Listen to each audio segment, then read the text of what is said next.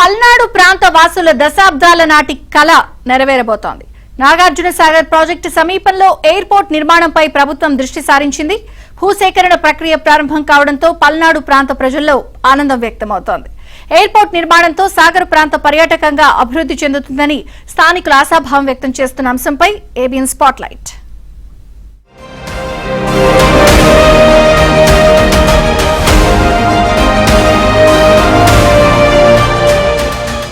కృష్ణానదీ తీరంలో నాగార్జున సాగర్ రిజర్వాయర్ ప్రపంచ పర్యాటకులను ఆకర్షించే బౌద్ధ మ్యూజియం, లాంచీ ప్రయాణం వంటి సదుపాయాలతో ఆకర్షిస్తోంది.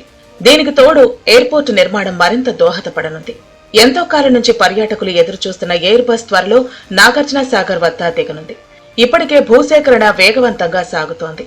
నాగార్జున సాగర్ ప్రాజెక్టు నిర్మాణ సమయంలోనే అప్పటి ప్రధాని జవహర్లాల్ నెహ్రూ, నిర్మాణం అనంతరం ప్రధాని ఇందిరాగాంధీ రాకపోకల కోసం 1955లో మాచర్ల మండలం నాగులవరం పంచాయతీ దక్షిణ విజయపురి వద్ద 120 ఎకరాల్లో చిన్న విమానాశ్రయాన్ని ఏర్పాటు చేశారు. తదుపరి కాలంలో రాకపోకలు లేకపోవడంతో విమానాశ్రయం మూలన పడింది. 2010లో ఫ్లైటెక్ అనే సంస్థకు కోచింగ్ నిర్వహించుకునేందుకు అనుమతులు లభించాయి. మినీ ఎయిర్పోర్ట్లో సింగిల్ ఇంజన్ 2 సీట్ల విమానాలతో శిక్షణ పొందుతున్నారు.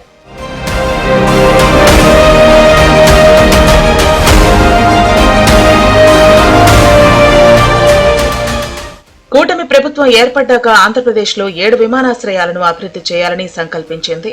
దీనిలో నాగార్జున సాగర్ ఎయిర్పోర్టుకు కూడా స్థానం దక్కడం విశేషం. ఎయిర్పోర్టు నిర్మించాలంటే భూసేకరణ తప్పనిసరి. మినీ ఎయిర్పోర్టు సమీపంలోని బ్రహ్మానందపురం తండా, పశువేముల, నాగులవరం, చింతల తండా గ్రామాల్లోని రెవెన్యూ భూములు, అటవీశాఖ భూములు సుమారు 1670 ఎకరాలు సేకరించాల్సి ఉంది. కొనుగోలు చేయకుండానే ప్రభుత్వ భూములు అందుబాటులో ఉండటం విమానాశ్రయం ఏర్పాటుకు కలిసొచ్చిన అంశం.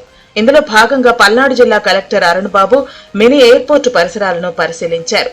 త్వరలోనే రెవెన్యూ భూములతో పాటు అటవీశాఖకు సంబంధించిన 500 ఎకరాలు కూడా కావాల్సి ఉండటంతో ఆ దిశగా సర్వే నిర్వహిస్తున్నారు.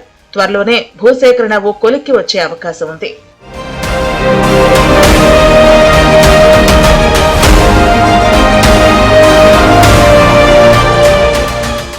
నాగార్జున సాగర్ సమీపంలో ఎయిర్పోర్టు విస్తరణ జరిగితే పూర్తిస్థాయి విమానాశ్రయంగా రూపొంది విమానాల రాకపోకలు జరుగుతాయి. దీంతో నాగార్జున సాగర్, అనుపు, ఐలాండ్ మ్యూజియం, బుద్ధ పూర్ణిమ, ఎత్తిపోతల వంటి ఆకర్షణీయ ప్రదేశాలు పర్యాటకులకు కనువిందు చేయనున్నాయి. నాగార్జున సాగర్ జలాశయం పూర్తి స్థాయిలో నిండి స్పిల్వే ద్వారా దిగువ కృష్ణానదికి నీరు పరుగులు పెడుతున్నప్పుడు పర్యాటకులు సాగర్ను సందర్శించేందుకు అమితంగా ఇష్టపడుతూ ఉంటారు. సాగర్ ఎయిర్పోర్ట్ అందుబాటులోకి వస్తే బౌద్ధ క్షేత్రంగా భాసిల్లిన నాగార్జున సాగర్ను సందర్శించేందుకు టిబెట్, నేపాల్, శ్రీలంక, భూటాన్ దేశాలకు చెందిన బౌద్ధ భిక్షువుల రాకపోకలకు అనువుగా ఉంటుంది. 2 తెలుగు రాష్ట్రాలకు సంబంధించి పర్యాటకుల రాకపోకలకు పల్నాడులో మొట్టమొదటి ఎయిర్పోర్టుగా సాగర్ స్థానం దక్కించుకోనుంది. 2 తెలుగు రాష్ట్రాలకు సరిహద్దు ప్రాంతమైన నాగార్జున సాగర్ లో విమానాశ్రయం ఏర్పాటు చేస్తే 2 తెలుగు రాష్ట్రాల ప్రజలకు ఎంతో సౌకర్యంగా ఉంటుంది. అంతేకాకుండా నాగార్జున సాగర్ ప్రపంచ ప్రసిద్ధి చెందినటువంటి పర్యాటక కేంద్రం కావున బౌద్ధ భిక్షువులు, విదేశీయులు, పర్యాటకులు అధికంగా వచ్చి వెళ్తూ ఉండటం వలన ఈ ప్రాంతంలో విమానాశ్రయం ఉండటం వలన వారందరి యొక్క కోరిక నెరవేర్చడమే కాకుండా రాకపోకలకు సైతం అనువుగా ఉంటుందనేటువంటి ఆలోచన ఈ ప్రాంతంలో ఎప్పటి నుంచో ప్రజల మనసులో ఉంది. నాగార్జున సాగర్లో విమానాశ్రయాన్ని ఏర్పాటు చేసేందుకు నిర్ణయం చేయటాన్ని పల్నాడు ప్రాంతవాసిగా అభినందిస్తున్నాం, స్వాగతిస్తున్నాం. ఈ ప్రాంతంలో విమానాశ్రయం నిర్మాణానికి అవసరమైనంత ప్రభుత్వం ఉండటం కూడా ఒక ప్రధాన కారణంగా ఉంది.